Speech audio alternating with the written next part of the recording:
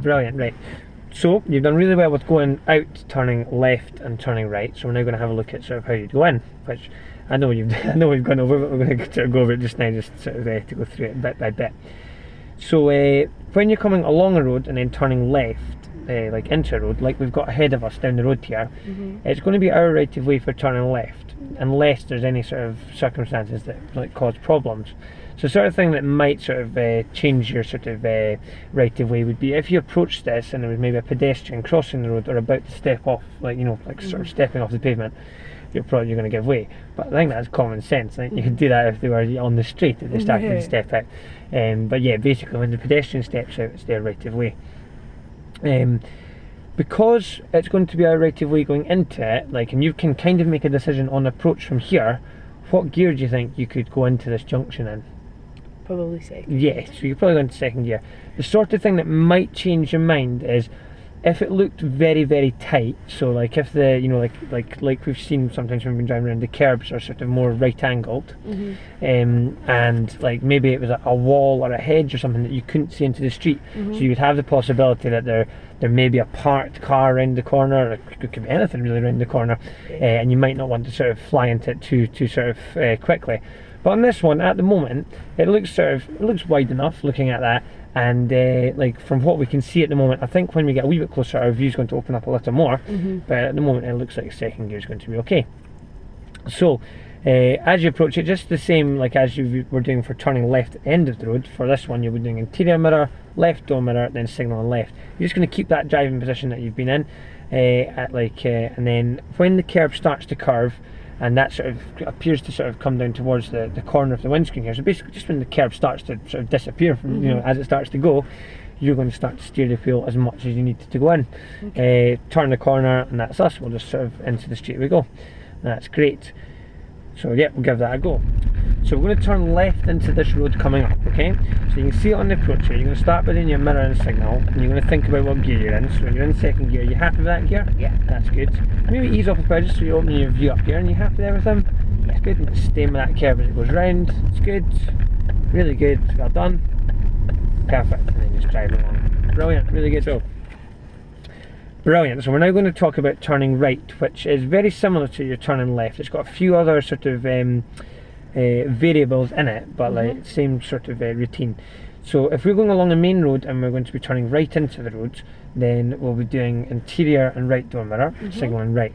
We're then going to sort out our position so it's very clear to everyone what we're up to. It's going to sort of just make us, everything's going to fall into place for everyone seeing us, and it's also going to sort of help with our view and help sort of other people behind us. So we'll discuss that.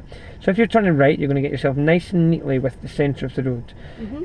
To do this, just the same as you did when you were coming up to the junctions to emerge, you're going to get the centre of the road like in the bottom right corner of the windscreen. That'll be nice and neatly with that.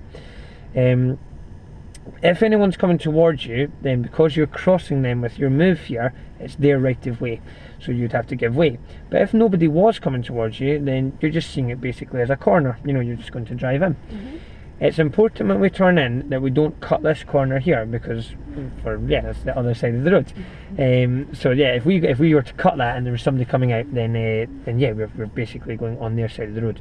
So a way of doing this would be driving straight along your road, and when the centre of the road you're going into lines up with your door mirror, or appears to line up with the door mirror as you're looking at it, then you're going to steer sort of nice and sort of heavily, and that's going to take you in on your side of the road in there. Now what you'll find is turning right, it is quite a tight corner because you're really sort of being accurate with these lines. So once you've spun the wheel to take yourself in, you're ready to sort of unwind it sort of as soon as you're looking into that street. Otherwise what you'll find is you'll go in and you'll sort of continue to loop round and try to find yourself on the other side of the road, which won't be so good. And then off you go. Now when you approach it, when you're sort of back here on the road, you're probably going to have an idea if you can go or not. You'll be able to see up the road to see if anybody's coming towards you. If there was, then you might be able to time it slightly so that you don't sort of go up and stop and then start if it's just the one car. If it's like a big queue of traffic, then yes, you're going to just accept that you're going to have to stop. You're smoothly going to go up to sort of the junction and stop. Now where you're going to stop is at your point of turn. So when, just as we discussed there, when the centre line here for the road you're going into lines up with the door mirror, that means that it's very clear to everyone what you're up to.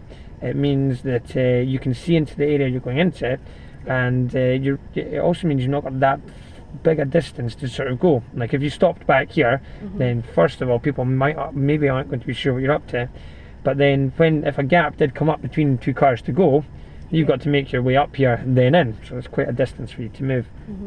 So if you see there's like traffic coming, then second's probably going to be useless at that point, because you're thinking, I'm going to have to stop or go very slowly anyway to sort of like time anything. So after doing your mirroring signal, you're sort of having a look to decide what you're going, like what the situation is, and then adjusting your speed and gear like accordingly. So we'll give it a go and we'll see what happens. And we'll sort of see how you get on with that. Okay.